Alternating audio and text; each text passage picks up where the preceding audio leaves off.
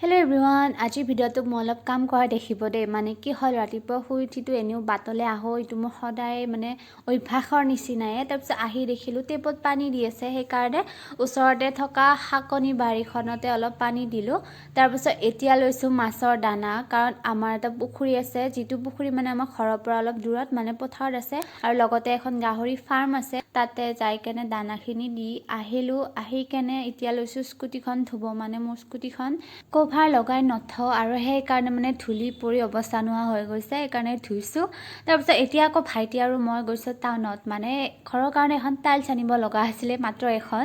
তাৰপিছত যাওঁতে ৰাস্তাটোত যিহে ধূলি একদম বিনামূলীয়া পাউডাৰ ফ্ৰীতে খাই গৈছোঁ তাৰপিছত দোকানৰ পৰা টাইলছখন লৈ আহিলোঁ আৰু আহি থাকোঁতে খালোঁ ফুচকা মানে বেলেগ দোকান নায়ে আজি এখন কিবাকে পালোঁ তাতে খালোঁ আৰু আহি কেনে ঘৰত খালোঁ মাংসৰে ভাত ভিডিঅ'টো চাই কেনে পালে জনাব আজিলৈ ইমানেই বাই